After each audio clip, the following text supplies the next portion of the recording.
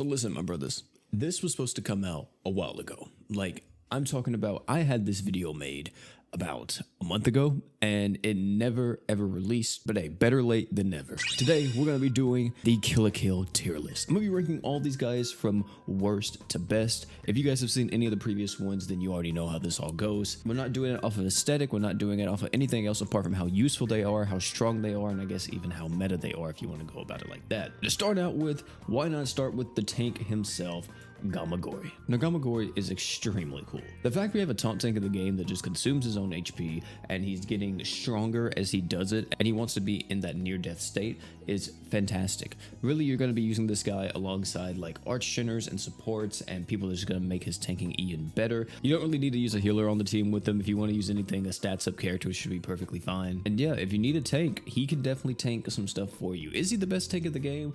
I'm gonna be honest, Kirisame is still reigning supreme, especially as we get more and more in-game fights. It's just every single fight that comes out has DR down, and it's just kind of expected for you to be able to cleanse that a lot of the times, which is weird. So until we get another tank that like also has a DR cleanse, I doubt that we're going to be seeing too much like movement at that top spot. So for right now, I'm going to say Gamagori is I would say he's probably the fourth best unit in the crossover. This may change as we get further into this, but I'm just going to keep him here for right now. Hoka is next, and let's just go ahead and put him where he belongs, right? The best unit from KLK. This unit has so much damage buffing potential. We're currently in the Fate crossover, and it's kind of crazy that there's not going to be a unit that comes out that kind of does something similar. I guess you could say like Chloe to an extent, because she has so much arch shit and so much damage ups to human allies. But to that exact same point, we also have other damage buffers like Luvia and Rin out, and also, you know, I guess even Summer Miyu if you're using mainly a physical damage team, right? But it's insane to me that this man Hoka is just so dominant, so prominent in the meta. The fact he gives you so much arch gen, and if you're a leader, you get more arch gen. You get crit res down, a 300% crit damage buff, you have healing on the skill, and you have 2 support slots. By the way, you also get equipment CT down passively, because why not? What in the world? His true weapon, if you manage to get it whenever the crossover is here, is also like a mini Lisa Smart Skirt, so that's also insane. And yeah, I mean, dude's just freaking dumb. He's so broken, so strong, and can be used with literally every single character in the game. Even characters that don't crit, he can make them crit because of that crit res down, right? Really, there's no negative to Hoka apart from the fact that he is type E arch gen and he doesn't stack with other type E arch generers, which, you know, definitely is a huge negative because you can't use him alongside like Sunraku and stuff like that, because if you could, it'd be insane. Of course, though, that's pretty much all there is to it when it comes to Hoka. If you need crazy deeps to blow up anything in front of you, you're bringing Hoka, and he's probably going to allow you to do it. Next is Mako. She's an awoken character that definitely got a bit better with her Dream Awakenings and made her drop down a little bit, but she's still a top 2 unit. She only dropped down because Hoka released, right? Mako's still insane. She has 6 arts per second now with her Dream Awakening if you're using her mainly on a human team. You also have ridiculous amounts of healing on her. Unfortunately, it's a flat heal. It's not like percentage based like Haruto's, but still pretty good. And you have arch damage up. Originally, this was the like offensive support. If you didn't have anyone else, you would use Mako, because back whenever she came out, there really wasn't any other like support unit that kind of did what Mako did. Now there's a lot, you know, at our disposal, and we have a lot more options when it comes to it. But if you just started playing the game and you got Mako and like Hoka, that's such a devastating combo, and you could use them for a very long time, even though Mako is just a awoken unit. That's also a very big benefit about awoken characters, is that you don't need to ascend them, you just got to awaken them, and if you want to Dream Awaken them, go on ahead, they're going to get a bit stronger, but you don't have to do Summoner's Own in order to get them to a pretty strong state. And they can also help you ascend your characters, right? Because they can do Summoner's Road for you, because maybe you don't have that many awoken characters, or you don't have that many units, and getting someone like Mako is just a very good low-cost investment to hopefully be able to start ascending units. And yeah, I mean, she's insane. She still does everything she did before. Action speed reduction, stupid debuff. There's a reason why she's one of the only units in the game that has it. As mentioned before, crazy offensive support, pretty solid healing, also a luck unit. So there's that too. That's one thing I almost forgot, but yeah, she's a luck unit. Nonan is next, and Nonan is, man, you know, to be honest, I'm kind of biased with this unit.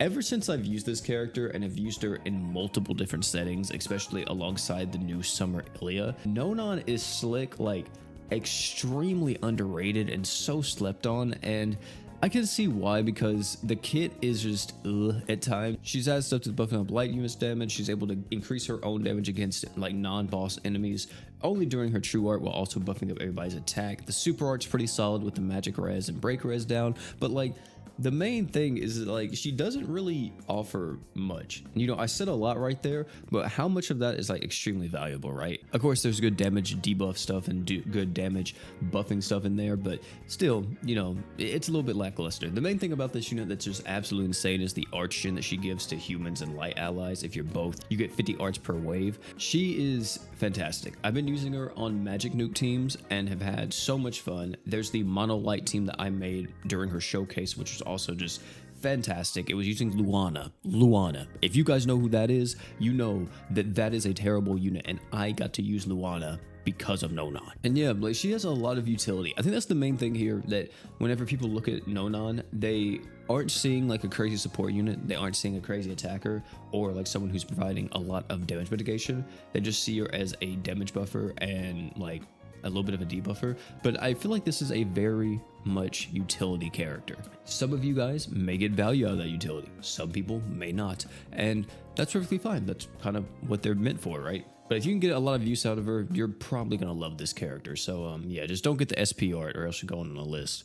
Newie is next, and Newie is insane now. She got a ridiculous Dream Awakening passive, being able to give her 200 art gauge as soon as the quest starts. You also are able to refresh someone's art gauge by 200 whenever they are the lowest allies, or whoever has the lowest art gen in the team. Easy stuff, right? Very good in nukes. 100% defense ignore on this character. Pretty solid damage even as an awoken unit, and pretty much just makes her a really strong luck unit. So as a farming unit, she's absolutely insane, and because of that, I think she's going to be going in number 6, right under Nonan.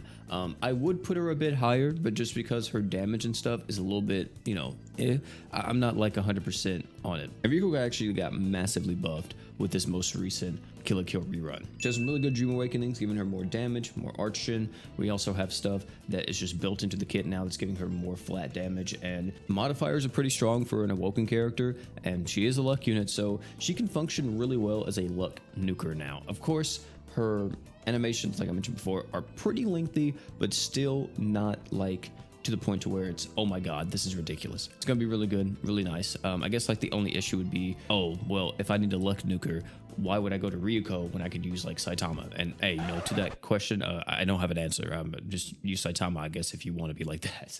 She's gonna be going in number 7, by the way. Going in number 8 will be Satsuki. The reason why Satsuki is number 8 is simply just because this unit is just a breaker that hardly has a place nowadays. She has 100% stat res whenever you use her true art, and lots of break value on it. She has break res down on the art. She's pretty much just Roy 2.0, but just maybe a bit better, you would say. And she just lacks in capabilities that you would want a breaker to have. Also too, whenever, you know, the Ascended era first started, Satsuki was actually insane, especially in Summoner's Road. She still would be good in Fire Summoner's Road stage 4. I think it's stage 4. She's still going to be really good there, but now since we have so many other ascended breakers, it's really hard to just slot like Satsuki into a team. Or why would I use Satsuki over like Chobe, right? Or Chloe or Arthur? There's so many good breakers now that it's really hard to just be like, yeah, let me use Satsuki here. Of course, there may be a time that comes up in the future where it's like, okay, I need a really good water breaker, and you turn to Satsuki, but just wait till we get a ascended water breaker, which I don't think we have one yet. Maybe we do, and I'm just not thinking off the top of my head, but I don't think we do yet. And whenever that comes, it's like, well, Satsuki's probably gonna be completely kicked to the curb. Luck unit though, that's the benefit. She is a luck unit, so you can use her in farming. And last but not least is Uzu, which I'm gonna be putting in number 3. And I wouldn't usually put an attacker over a taunt tank. And really, this is sending mixed signals to me, I'm gonna be honest. And it may be a little bit of bias here, just a tiny bit, because I think Gamagori is gonna be able to help out a lot more in endgame. But I think overall, you're gonna get a lot of use out of this man, Uzu. Crazy amounts of attack up, crazy amounts of damage ups on the art. You also have the ramping super crit rate. If you use the super art, you get 150% physical res down on top of the super crits, which is just insane value. It helps him out so much whenever you're building like damaging teams around him, even if you're nuking with this character, which I wouldn't really nuke with them just because he doesn't have that built-in super crit right off the bat. If he had that, then, you know, absolutely go crazy. But the only times I really use this guy in nuke is if I need like a very large amount of physical res down. But OP, why don't you use Yuzu? I don't got her. I don't got her. Thanks for reminding me. Uzu really functions in those situations. I've used him against so many bosses and it cleared so many things that I feel like I really shouldn't have been able to clear, because Uzu's animation lasts for so long. He hits so many times with that 150% physical res down too. He's making other people on the team stronger, like War God Finn or whoever else I'm using. And it's just like, man, this guy's broken. This guy has so much stuff into it. Also, the fact that Uzu just has like attack and accuracy 100% up when he's not inflicted by a status element. In most situations, you're not going to be inflicted by a status element. There's only going to be a few times where you are, and then even in that specific situation, you could just cleanse it. And yeah, like, there's not really much else to say here, apart from the fact that Uzu is arguably the best sustain damage dealer we have in the game. If we just need straight damage, we don't need someone who's going to be needing to break or needing to, like, you know, do something specific. Ridiculous attacker that is going to go really far. Of course, you know, attackers always come and go, but if you need an earth attacker that is just ridiculous, or you need someone that will apply a massive physical res down on the enemy and just be able to blow up stuff that feels like you shouldn't be able to blow it up, Uzu's your guy.